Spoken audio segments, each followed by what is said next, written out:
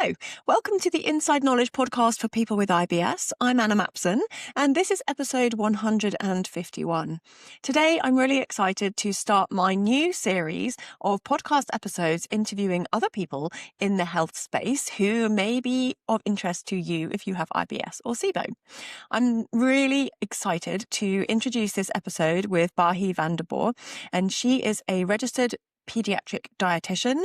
She is involved in lots of different things, and she explains a little bit about the beginning, but she has deep experience of working with children who have IBS, and so many little nuggets from today's episode that I think you are going to find useful. She has worked at Great Ormond Street Hospital. She consistently helps children with picky eating, but also with IBS, so things like constipation, pain, and she has a very clear approach and a lovely style of communicating with people. So I think you're really going to enjoy this episode if you have anyone in your family who has IBS.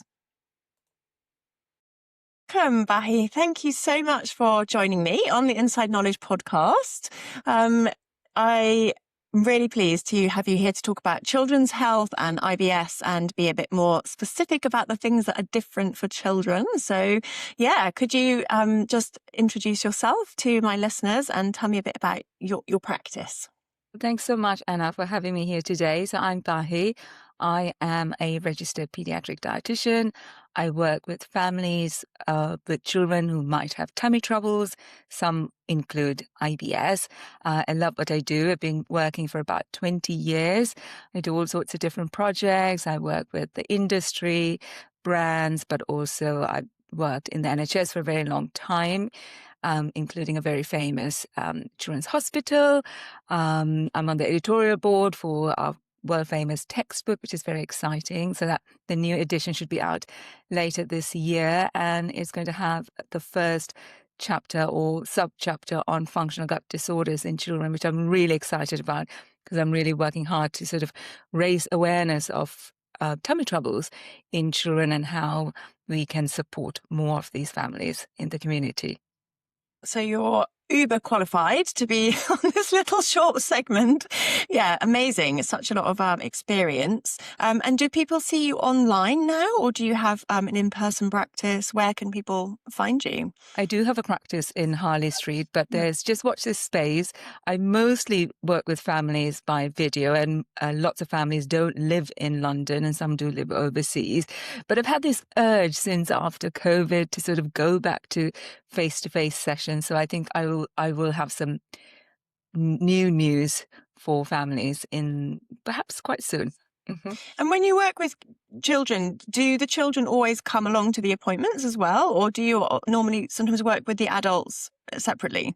It is very much a family-led approach, but it is the parents who I am supporting. Apart from the teenagers, they tend to join in on the sessions because they're very much we want to be supporting them to make these changes for life, because IBS, as you know, there isn't really a cure. It's all about how can we help support our children to, go to school every day, go to sleepovers, do boring, normal stuff without pain and their tummy troubles holding them back. So, yes, mostly the parents, but then with our older children and adolescents, they definitely join in as well.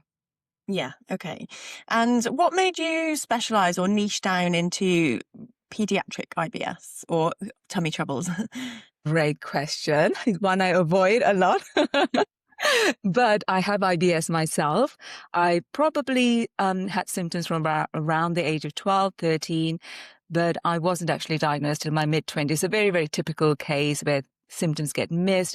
I was diagnosed with runner's diarrhea, which isn't really a diagnosis today, or all sorts of intolerances. And, was really, really confused until I did see a gastroenterologist because the symptoms just, got my life upside down. And finally, I understood that it was food and other triggers like stress, and I decided one day that this is what I really love talking about and want to help other children who perhaps were or might be experiencing what I'm going through or did go through as a child, and just sort of help them understand their body and get on top of their symptoms. And it's even maybe more confusing nowadays. Like there's so much information. It's not that there's a lack of information, that there's so much conflicting information, so much like misinformation, wrong stuff that, parents, particularly watching it, can get quite overly concerned about, my child might have parasites, or they've got gluten intolerance, or a lot of things that maybe aren't as realistic when you get into the details of it. But I think it's, it happens with adults. I'm sure it happens from a parent's perspective as well. A lot that you must get people coming to you with, potential misdiagnoses that they've read about online. Yes, and I think with IBS, it's really, really important that parents don't diagnose their child themselves. It is a medical condition at the end of the day. And even though there's so much information out there, especially with AI churning out information every 2 seconds, go see your family doctor if you are worried that your child may have IBS, just because some of the symptoms like tummy pain, diarrhea, they can resemble other medical conditions. So it's so, so important that we rule out more serious conditions and you get a proper diagnosis where possible. So, yes. And if someone was thinking about taking their child to the doctor, what sort of things should they prepare for? I mean, it might be similar to going as an adult, but like, are there some particular things that might help them get the most from that short time with the GP? I'd always start with a symptom diary. Track your child's symptoms for a week, a couple of weeks. It does feel like a long time, but include things like tummy pain, any change in your child's stool pattern, any change to the type of stool. So you have the Bristol stool chart that you can refer to, and take that along and share that detail with the GP, because that can really help them talk to you about their next steps if they suspect that this might be IBS or just other tummy troubles. Could you suggest doing that in advance of making changes to their diet? Because I think some of the first things that people will jump to is, oh, we need to cut out dairy, and maybe we need to go gluten-free, and, remove a huge things that potentially could be triggers, but actually we don't know, and we don't have the diagnosis yet. Correct. A lot of the families I work with tend to cut out things like dairy and gluten. But if your child has celiac disease and you've cut out gluten, then you've got to reintroduce that back into the diet. And that can be really confusing, and the symptoms come back and it's really disheartening. So if you can, please don't make any changes to your child's diet. Go see your GP. And it's very tempting if the process seems really long, especially because waiting times are really long on the NHS. And there aren't many dedicated services for IBS in the NHS either. So you'll see loads of adverts for things like food intolerance testing, gut microbiome testing. They sound scientific, they sound really exciting, and you'll get this long list of foods to cut out. But it's actually one of the worst things you can do, because children are not little adults, as I say. Their guts are growing, maturing, and they adapt beautifully.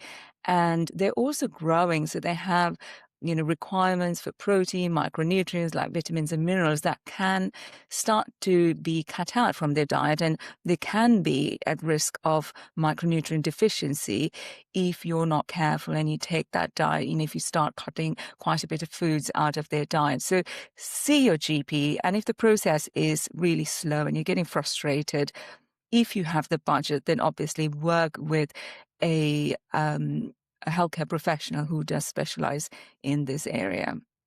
And what is the sort of youngest that people would be diagnosed with IBS? Because obviously growing and, even from weaning, some children just seem to have funny tummies. They don't get on well, either consistent diarrhea or always had constipation, but they may grow out of it. So at what stage do you start to consider that it's more of a functional gut issue rather than adjusting to new food, or, how if someone had toddler with upset tummies? Well, I've worked with infants as young as 18 months who have needed support with their diet to control their tummy troubles. So that could be diarrhea, constipation, tummy pain, and so on. But officially, if we apply the wrong 4 criteria, then IBS starts from around the age of 4, if you like. Makes sense. Yeah. Okay. And what sort of things should people look for? Because it's obviously quite difficult to talk about some of the symptoms with children. They may not really, you can see a bloated tummy, you can see what happens in a nappy or, a potty training. So parents with younger children are more aware of their bowel movements. But they may, as they start to, toilet for themselves, you're not as visible that what is happening every time they're going. So what kind of things, for sort of young primary schoolish or even younger children should parents be conscious of? Usually, children start to complain of a sore tummy. This could be before school, it could be before bed. And it's sort of, you start to ignore it at first and you think, oh, they were just worried about something or there was a friendship issue.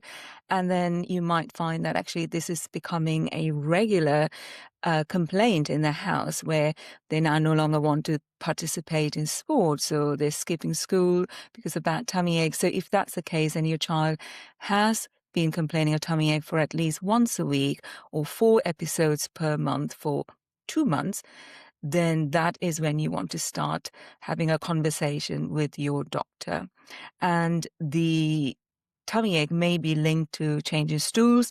So some children may present with constipation as well. And if their constipation is managed using laxatives, but they still have persisting tummy pain, then again, we may start to think about IBS. And the same with diarrhea, where they may also start to complain about loose stools, those grade 6, grade 7s, or those whippy ice cream type stools that parents talk about. So those are some signs that you may want to start talking to your child about, what was your poo like today? I mean, kids do think, oh gosh, why are we talking about poo, mummy? But, there are those lovely, more children-friendly versions of the Bristol stool chart that you can use to talk to your child about their poos. I've seen one with using different chocolate bars, like Maltesers and like chocolate mousse, and that's quite fun way to picture it rather It than, is. something that might be considered smelly or a bit embarrassing as well, the older they get to talk about. It is, and it's so important to help children feel really good about talking about their tummy troubles, not being ashamed about their bodies, because especially our older children, they start to think, oh gosh, I'm looking so bloated today. Why is this? And they're at that vulnerable age with body image. And so we really want to try and get them the right support as quickly as we can without them starting to cut out foods and exploring other options themselves, which can happen, especially things like, 16-year-olds, 15-year-olds, they can Google what is the management for IBS. Hello, low FODMAP diet. Not always appropriate first line treatment for our children because we can actually get some really amazing results just going through some really simple approaches. So that's looking at what the rest of their diet looks like. But also for those children who may need a slightly more modified version of the low FODMAP diet, we would use it as a very last resort. But you'll be surprised how with some small nutrition changes, you can get some really amazing results. And do you use the low FODMAP diet with children sometimes? I don't use the traditional low FODMAP diet. Often what we'll do is we'll complete an assessment when I first start working with families, and we'll make a decision about whether we need something a bit more top heavy where we may exclude a few foods, or we may look at more about gut restoration, which is more about expanding the diet, which sounds counterintuitive. But rather than, cutting foods out of the diet, we may actually bring foods back into the diet. And if that hasn't made as, say, we've only had a 50% reduction in symptoms and we think, well, actually, not quite happy with those results. Let's see if we can make this better. Then we may try reducing some of the higher FODMAP foods and making some gentle swaps to see what happens. But it really is a personalized approach. It's really important to see because, one child who presents with constipation and tummy pain versus another child, exact same symptoms, they will need completely different plans. So really important to work with the child and their presenting symptoms. Yeah, so that's sort of FODMAP gentle, where you're, if they're eating 3 apples a day, maybe that's one of the things you could modify. Or if they, really only eat bread, nothing else, that you would adjust it in that way and personalize it. Yes, that's so good. Absolutely. Yeah, okay. And what about children who don't enjoy fruits and vegetables? So there's a lot more children growing up now, like really focused on fast foods and the less palatable broccoli or chickpeas or something that actually could be really good for them, but they don't like the taste of it so much, or it's maybe not part of the family's way of cooking as well. Like it could be a bit of a reintroduction for everybody to start introducing more fiber. So yeah, do you have any sort of tips on helping your child eat more of those healthy fibers? I do run a picky eating program, and so some of those principles do get Yes. absorbed into the Happy Belly Club now. And what I'd say is always think about making really small changes. It does mean that results may take a lot longer than you'd like. Most families who work with me want results yesterday. Um, but it's so important to be realistic because you're teaching the child how to have a really positive relationship with food, how to feel confident about food. A lot of children, even school-age children, they develop a fear around certain foods because they don't understand what is triggering their symptoms like tummy pain or those urgent trips to the loo or getting constipated and then suddenly having an accident on the stairs in, at school time. And that's so embarrassing. And so they start to become really scared of food. And I call that not quite picky eating. It's a fear of food where once you get on top of their symptoms, they actually develop a really love for food. So think about, what are some really small, realistic changes you can make? So, for example, if you are having takeaways 3 nights a week, could you cut back to just once a week and think about what are some really simple meals that you can prepare at home? If your child is always having a certain snack that's not quite as nutritious as we might recommend, how can we, make a small change where they still have the snack they like, but in a smaller quantity, and you substitute the rest with something a little bit more nutritious for their gut. So it's just thinking about what can you realistically put in place. And even if it takes you a year to get to that final diet or way of eating that you want as a family, that's still amazing, I think, don't you think? Yeah, definitely. I mean, it's so I've got 2 teenage girls, and the food that they get at school isn't great. They don't always eat much before school, and just they don't have IBS, but even just in that sort of situation, it's very hard to influence older children on what to eat and what they should be eating. And so, yeah, I think starting younger and sort of normalizing the intake of vegetables and fruits is so helpful. So things, around different picking at different blueberries or little things that children can get involved in sounds so helpful. And also Yeah, and so cooking together as a family, isn't it? Sorry, going back to your original question about fruit and veg, just, getting children occupied in the kitchen can be a really nice, low pressure way of getting some veg in, even if it means that they only try one new thing or one bite. That's yeah. still food exposure. And so, it's appealing to their senses, understanding food transformation, which is, seeing that piece of courgette, which was quite firm, then suddenly soften and adding some beautiful herbs. They might say, oh, actually, I quite like the smell of garlic. So you use a bit more garlic in cooking to appeal to their taste buds and just finding another vehicle to sort of get them feel more positive about trying a new veg in the house. So I find cooking, especially with older children, a really nice strategy to get them involved and feel a bit more curious about trying new foods. Yes. And do you, with the picky eating, sort of see it that, when they're seeing what goes in the food, it's better than trying to hide it. So I know sometimes parents will try to mix stuff up to try and mask it or get it in and sneak in the fiber without telling the child. But it sounds like you're saying, actually exposing them to the process and what's in the ingredients is a better way to do it. Yes, I mean, there are different spectrums of fussy eating. And when you're starting to look at the moderate to more severe end of the spectrum, if you're hiding foods, then you risk that the child might then refuse a previously tolerated food. And they really feel disheartened and they don't trust you to serve only the foods that they accept. So I know in the short term you feel like, amazing, I managed to pack in some broccoli and courgette and all these other wonderful things into this dish. But in the long term, it is better that the child sort of maybe washes the broccoli and maybe the only thing they do is help chop it up. And they may tolerate having it on their plate, but they don't eat it. But that's okay.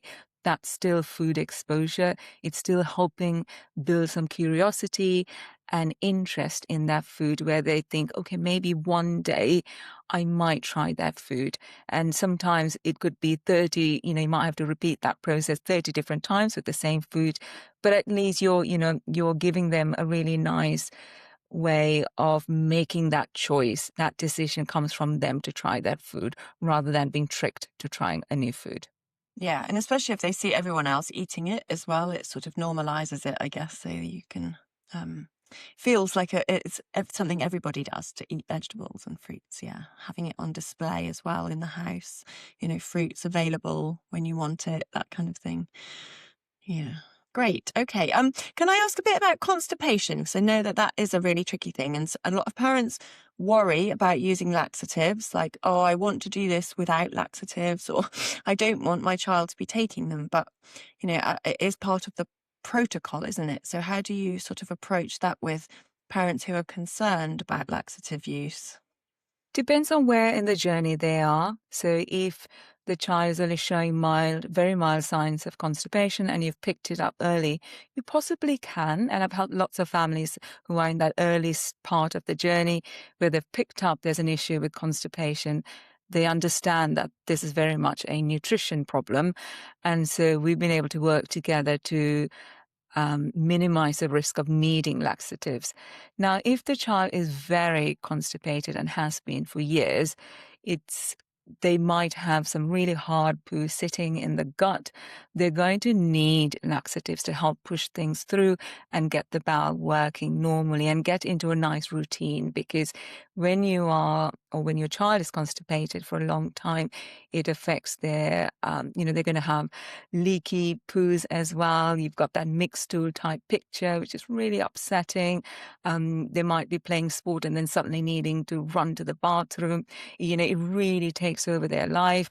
Everyone's stressed. No one knows what to feed the child. It becomes really, really stressful. So starting laxatives as first line is absolutely appropriate, because you then can have a period of stability where the child is then opening their bowels regularly. Nothing wrong with laxatives.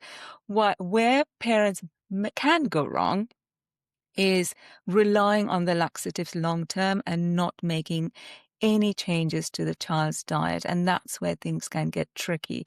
And of course, some children may have picked up some really strong preferences for food. They may be picky eaters as well. And so then you start to think, well, is the picky eating causing the constipation, or is it the constipation triggering the picky eating? And it's this vicious cycle. So you sort of want to work with someone who can help you navigate that space where you're gradually making the diet something that can really support their gut health, so that you can gradually wean off those laxatives and the gut is doing all of that work for the child, so they're not needing laxatives in the long term. Yes. And you mentioned gut health there as well. Do you find a lot of parents are already supplementing with probiotics, with fiber supplements, or, gut cleansing for their child, that sort of thing, in an effort to try and, do the best that they can because of things that they've read or been promoted to them, that they're already coming to you with a long list of things the child is already taking? Yes. And most families I work with have done food intolerance tests, which breaks my heart. It's such a waste of money. You can pretty much put those results in the bin, is what I say, which sounds awful, but I just, I want their child to get onto the right path as quickly as possible. Lots of families do take probiotics, and I do believe in probiotics. However, the evidence for probiotics in constipation is very, very small. There's only 1 or 2 strains that I would recommend, and some very, very specific brands as well. So if you are thinking about buying a probiotic, make sure you do know the strains. It's really important you know what strain is has been shown in pediatric clinical trials to actually help with constipation, and a strain that has been shown to reduce tummy ache in children probably won't work for something like constipation in children. So it's quite, it's really important to know the strain that works. For supplements, really the only supplement I recommend for children is a multivitamin supplement if they need it, depending on what the rest of the diet looks like. And of course, at this time of year, all children should be on a vitamin D supplement, though hopefully we'll have some sun very soon and we can start to reduce that dose of vitamin D right down. So I don't use supplements. I very rarely use supplements. Sometimes I might use psyllium husk. But apart from that, I do use probiotics and multivitamin supplements, and that's it.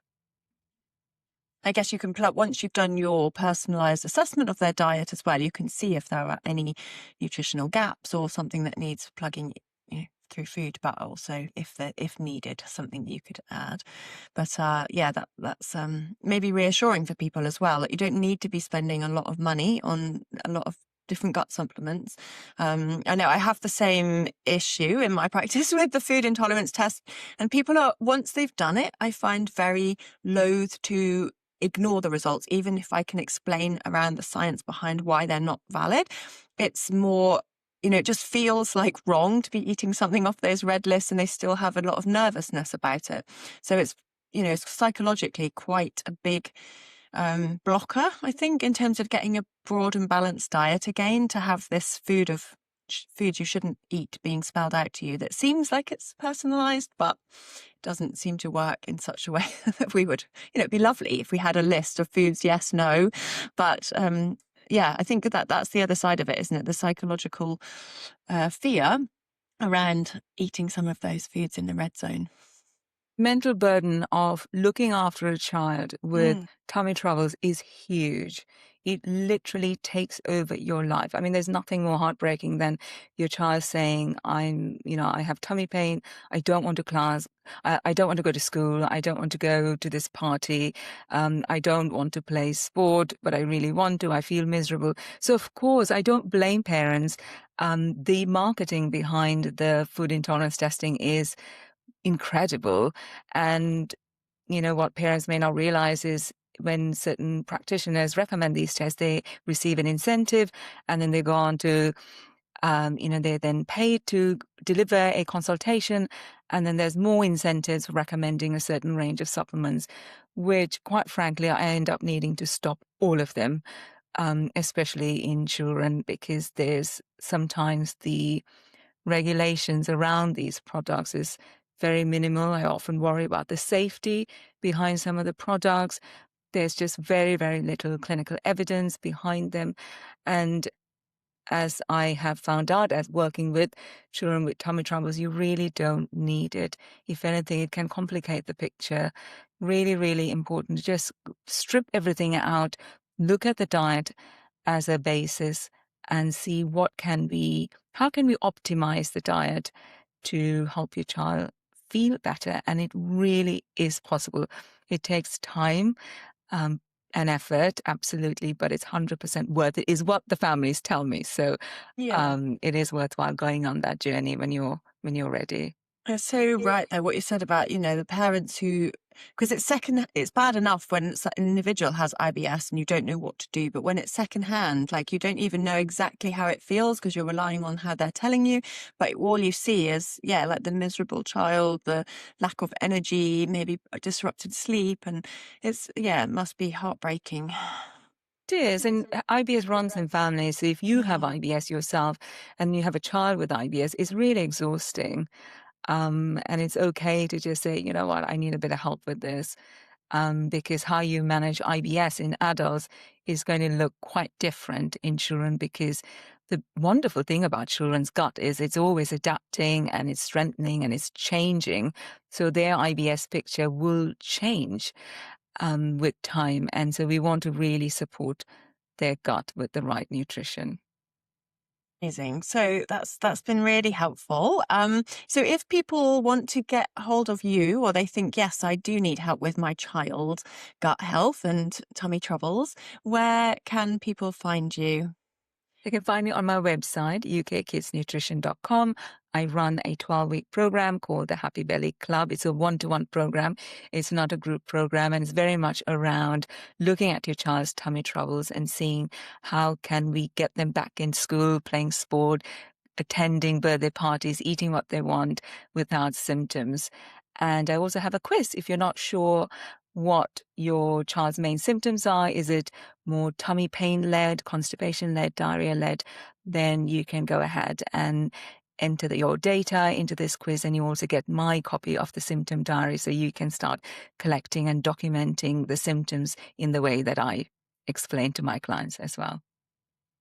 Amazing. Okay, I will put those links in the show notes. So go and have a look if your child needs some help with IBS.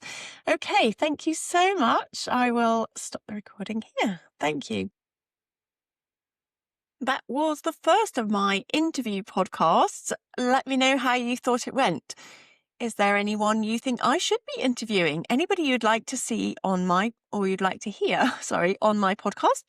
Send me an email and let me know if you think there's somebody who I could interview whose knowledge and advice would be helpful for people who have IBS and SIBO, and I will consider it. Thanks so much for listening to this episode of the Inside Knowledge Podcast. Better digestion for everyone.